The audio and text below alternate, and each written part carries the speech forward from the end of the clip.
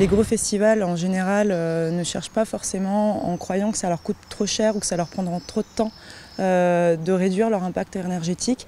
Et c'est à travers ce festival qu'on veut prouver que c'est possible et que financièrement, c'est pas si important, c'est même parfois moins cher et ça prend moins de temps si on pense tout dès le début. Nos objectifs sont à la fois artistiques, avec des artistes 100% lillois, et éco-responsables, avec 3 objectifs. Autour de l'alimentation, quelque chose de bio, de durable et de saison, des déchets, quasi pas de déchets, et enfin énergétique.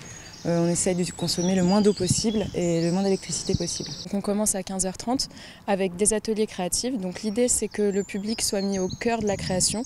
Avec des artistes à côté d'artistes qui sont locaux, donc de la métropole lilloise ou de Lille. On aura aussi des contes parlés de la compagnie Playmobil, donc Safia, qui viendra déguisée et qui comptera au milieu de cet univers enchanté. Et puis le soir à 19h, on débute les concerts avec Astrophonie, donc un groupe de pop-rock lillois qui fera un concert participatif. L'idée c'est de distribuer des instruments un petit peu au public, histoire de faire participer tout le monde, encore une fois. Et puis après, on enchaînera avec Plastique Tropique, qui est un groupe de ukulélistes. Et pour finir, avec Aguacate, qui nous fera swinguer et danser jusqu'à 23h.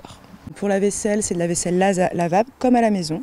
Donc les festivaliers vont venir laver leur vaisselle après l'utilisation et les remettre pour que d'autres puissent l'utiliser.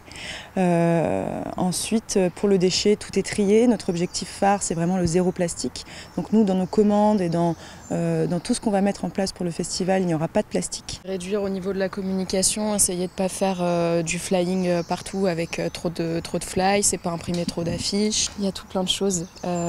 C'est des lampes solaires. Et puis travailler avec tous des prestataires locaux. On passe par la microbrasserie Le Singe Savant, nos artistes sont locaux. C'est voilà, mettre au milieu de tout ça le local à travers l'artistique et des prestataires pour la buvette, la restauration, etc.